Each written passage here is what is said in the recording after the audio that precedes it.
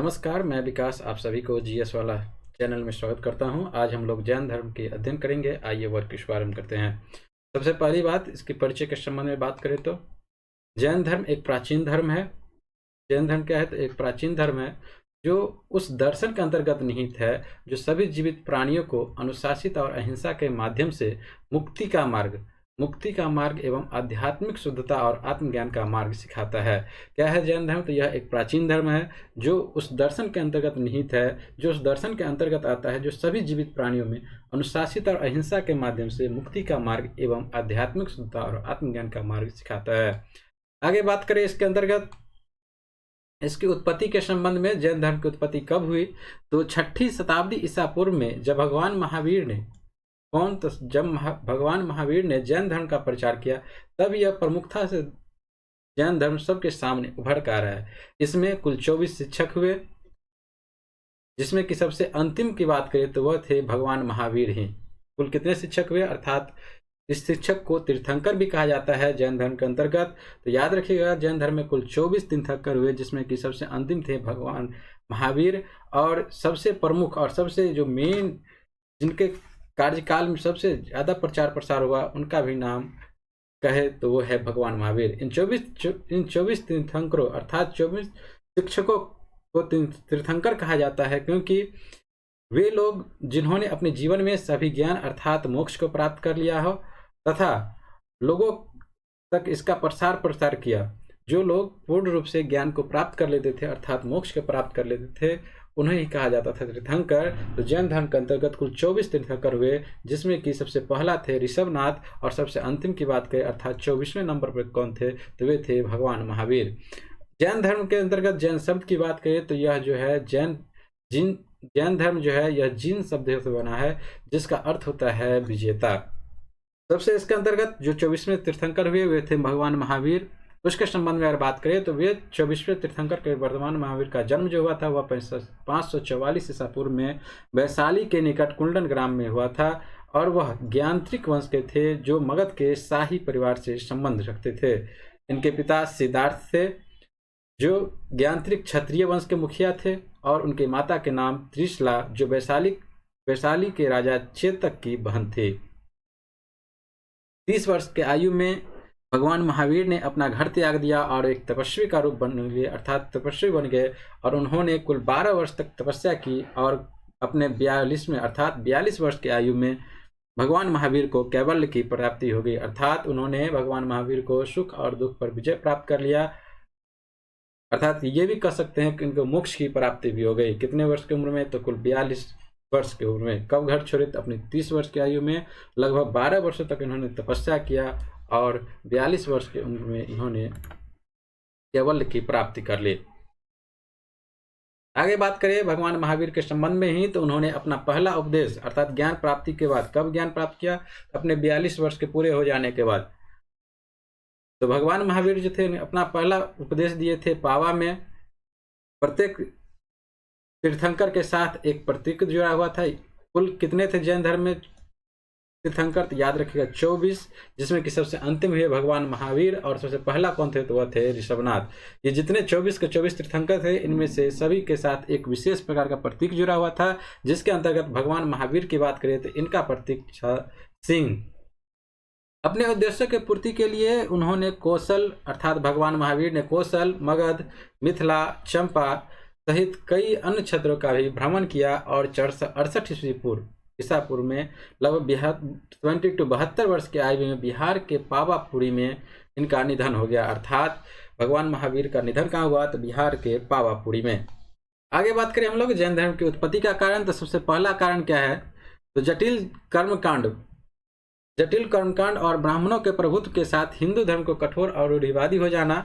दूसरा कारण है जो कि हिंदू धर्म के अंतर्गत जो मुख्य रूप से वर्ण व्यवस्था था, उनमें वर्ण व्यवस्था को 4 वर्गों में विभाजित किया गया था। वह 4 वर्ग कौन कौन से थे? तो पहला याद रखिएगा ब्राह्मण, दूसरा था क्षत्रिय, तीसरा वैश्य और चौथा था शूद्र। यह 4 वर्ण व्यवस्था 4 वर्गों में विभाजित किया गया था, जिसमें कि 2 जो थे वो उच्च वर्गों के कई सारे कौन कौन से थे? 2 जो कि ब्राह्मण और क्षत्रिय थे, इसके कई विशेष प्रकार के अधिकार प्राप्त थे। वही तीसरा कारण की बात करें तो ब्राह्मणों के वर्चस्व के खिलाफ क्षत्रियों की प्रक्रिया भी हमेशा देखने को मिलता है। जैन धर्म के सिद्धांत के अंतर्गत देखें तो इसका मुख्य उद्देश्य अर्थात इसके सिद्धांत के अंतर्गत जैन धर्म का मुख्य उद्देश्य था मुक्ति की प्राप्ति करना। मुक्ति की प्राप्ति करना जिसके लिए किसी अनुष्ठान की भी आवश्यकता नहीं थी। इसे 3 सिद्धांतों के माध्यम से प्राप्त किया जा सकता था, जिसे 3 जेवल्स और त्रिरत्न भी कहा गया। पहला था सम्यक दर्शन, दूसरा सम्यक ज्ञान और तीसरा सम्यक चरित्र। इसके अन्य 5 सिद्धांत भी है, जिसमें कि पहला अहिंसा अर्थात जीव को चोट न पहुंचाना, हिंसा नहीं करना। दूसरा सत्य अर्थात कभी झूठ नहीं बोलना। तीसरा अहस्त्य यानी चोरी नहीं करना। चौथा अपरिग्रह यानी संपत्ति धन संपत्ति का संचय नहीं करना। और 5वां ब्रह्मचर्य। जैन धर्म का ईश्वर में क्या अवधारणा था, इसके संबंध में बात करें तो जैन धर्म का मानना है कि ब्रह्मांड और उसके सभी पदार्थ या संस्थाएं शाश्वत है। समय के साथ इसका कोई आदि और अंत नहीं है। ब्रह्मांड स्वयं के ब्रह्मांडीय नियमों द्वारा अपने हिसाब से चलता है। वही दूसरा बात करें तो सभी पदार्थ लगातार अपने रूपों को बदलते या संशोधित करते हैं। ब्रह्मांड में कुछ भी नष्ट या निर्मित नहीं किया जा सकता। वही तीसरा बात करें तो ब्रह्मांड के मामलों को चलाने या प्रबंधित करने के लिए किसी को आवश्यकता नहीं होती है। वही चौथा बात करें तो इसलिए जैन धर्म ईश्वर को ब्रह्मांड के निर्माता, उत्तरजीवी और संग्राहक के रूप में नहीं मानता है। वही आगे बात करें तो हालांकि जैन धर्म ईश्वर को एक निर्माता के रूप में नहीं बल्कि एक पूर्ण प्राणी के रूप में मानता है। जैन धर्म में ईश्वर की अवधारणा के अंतर्गत ही आगे देखें तो जब कोई व्यक्ति अपने सभी कर्मों को नष्ट कर देता है तो वह एक मुक्त आत्मा बन जाता है। वह हमेशा के लिए मोक्ष में पूर्ण आनंदमय अवस्था में रहता है। आगे मुक्त आत्मा के पास अनंत ज्ञान, अनंत दृष्टि और अनंत शक्ति और अनंत आनंद है। यह जीव जैन धर्म का देवता है। प्रत्येक जीव में ईश्वर बनने की क्षमता होती है और इसलिए जैनियों का एक ईश्वर नहीं है, लेकिन जैन देवता असंख्य हैं और उनकी संख्या लगातार बढ़ रही है क्योंकि अधिक जीवित प्राणी मुक्ति प्राप्त करते हैं। इसके अंतर्गत अगला बढ़े तो जैन धर्म के अंतर्गत अनेकांतवाद और स्यादवाद की चर्चा करेंगे, जिसमें पहला अनेकांतवाद। जैन धर्म में अनेकांतवाद की एक मौलिक धारणा है कि कोई भी इकाई एक बार में अस्थायी होती है लेकिन परिवर्तन से भी गुजरते रहती है, जो निरंतर और अपरिहार्य है। आगे देखें अनेकांतवाद के अंतर्गत ही तो अनेकांतवाद के सिद्धांत में कहा गया है कि सभी संस्थाओं के 3 पहलू होते हैं, जिसमें पहला है द्रव्य, दूसरा गुण और तीसरा पर्याय। द्रव्य कई गुणों के लिए एक आधार के रूप में कार्य करता है, जिनमें से प्रत्येक स्वयं में लगातार परिवर्तन या संशोधन के दौरान से गुजर रहा है। इस प्रकार किसी भी इकाई में एक अस्थायी निरंतर प्रकृति और गुण दोनों होते हैं जो निरंतर प्रवाह की स्थिति में होते हैं। आगे बात करें स्यादवाद का तो स्यादवाद जैन धर्म में स्यादवाद का सिद्धांत महावीर का सबसे महत्वपूर्ण योगदान माना जाता है, जिसका अर्थ होता है कि हमारा ज्ञान सीमित और सापेक्ष है तथा हमें ईमानदारी से इसे स्वीकार करते हुए अपने ज्ञान के असीमित और अप्रश्रय होने के निरर्थक दावों से बचना चाहिए।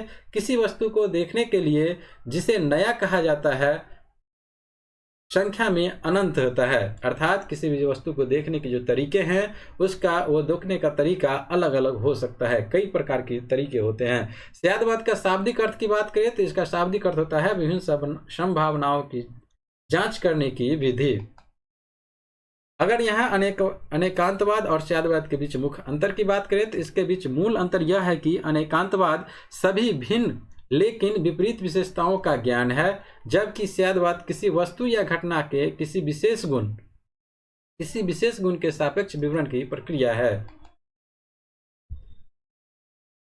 अब आगे बात करें जैन धर्म के संप्रदाय या विद्यालय क्या है तो जैन धर्म को 2 प्रमुख संप्रदाय में विभाजित किया गया, जिसमें कि पहला है दिगंबर और दूसरा है श्वेतांबर। कौन कौन सा है संप्रदाय तो पहला है दिगंबर संप्रदाय जैन धर्म की और दूसरा है श्वेतांबर। विभाजन के मुख्य रूप की बात करें तो मगध में जो अकाल हुआ था यही कारण सबसे प्रमुख कारण है। मगध में अकाल के कारण हुआ यह विभाजन, जिसमें कि भद्रबाहु के नेतृत्व में जो भद्रबाहु के नेतृत्व अर्थात जो भद्रबाहु के अंतर्गत थे जो समूह, वह दक्षिण भारत की ओर स्थानांतरित होने के लिए मजबूर हो गया, क्योंकि मगध क्षेत्र में अकाल पड़ गया था और 12 वर्षों के अकाल के दौरान दक्षिण भारत में समूह सख्त प्रथाओं पर कायम रहा, जबकि मगध में समूह ने अधिक ढीला रवैया अपनाया और सफेद कपड़े को पहनना शुरू कर दिया। काल की समाप्ति के बाद जब दक्षिणी समूह मगध में वापस आया 12 वर्षों के बाद, अर्थात जब मगध का अकाल खत्म हो गया, उसके बाद जब दक्षिण भारत जो गए थे भद्रबाहु के नेतृत्व वाले लोग, भद्रबाहु के नेतृत्व में जो समूह थे वे जो दक्षिण भारत में पुनः जब मगध में आए, मगध क्षेत्र में आए, तो बदली हुई प्रथाओं को जैन धर्म को 2 संप्रदायों में फिर से विभाजित कर दिया गया, जिसमें कि इस संप्रदाय के अंतर्गत पहला जो मुख्य रूप से उभरा वह था दिगंबर। इस अर्थात दिगंबर संप्रदाय के जो साधु थे वह पूर्ण नग्नता में विश्वास रखते थे। पुरुष भिक्षु जो थे अर्थात जो पुरुष वर्ग थे वे कपड़े नहीं पहनते थे, जबकि महिलाएं भिक्षु जो थी अर्थात जो महिलाएं जो जैन धर्म के अनुयायी थे वह बिना सिलाई वाले साड़ी पहनती थी। इसके अंतर्गत अर्थात दिगंबर के अंतर्गत 5 व्रतों को माना गया। सत्य, पहला है सत्य, दूसरा अहिंसा, तीसरा अस्त्य, चौथा अपरिग्रह और 5वां ब्रह्मचर्य का पालन करते थे। अर्थात दिगंबर समुदाय के जो लोग थे वो हमेशा सत्य, अहिंसा, अस्त्य, अपरिग्रह और ब्रह्मचर्य का धर्म का पालन करते थे। का मतलब यानी कि झूठ नहीं बोलना, दूसरा अहिंसा अर्थात हिंसा को नहीं करना, किसी जीव को आत्मा को ठेस नहीं पहुंचाना, हिंसा वाली कोई काम नहीं करना, तीसरा अस्त्य यानी कि चोरी नहीं करना, और चौथा अपरिग्रह अर्थात धन संपत्ति को ग्रहण नहीं करना, और 5वां ब्रह्मचर्य धर्म का पालन करना। इसके अंतर्गत मान्यता यह है कि औरतें मोक्ष की प्राप्ति नहीं कर सकती थी। दिगंबर के अंतर्गत भद्रबाहु इस संप्रदाय के प्रतिपादक के रूप में भी उभरे थे, लेकिन इसके कुछ प्रमुख उप संप्रदाय भी हुए, जिसके कुछ दिगंबर के अंतर्गत कुछ प्रमुख उप संप्रदाय उभर कर आए, जिसमें कि पहला है मूला संघ, उसके बाद है विष पंथ, थेरा पंथा, शरण पंथ और शमाई पंथ। लेकिन इसके अंतर्गत भी कुछ लघु उप समूह भी आए, जिसका नाम है गुमान पंथ और तोता पंथ। चलिए अगले समूह की बात करें, वह है श्वेतांबर साधु। श्वेतांबर में क्या होता था, जो भी साधु संत थे वे सफेद वस्त्र का धारण करते थे। इसमें केवल 4 व्रतों का पालन करते थे, जिसमें कि वहां जो था दिगंबर में 5 लेकिन श्वेतांबर में 4। वह 4 में से 4 तो वही है, लेकिन इसमें से एक ब्रह्मचर्य था उसे हटा दिया गया, श्वेतांबर में नहीं माना।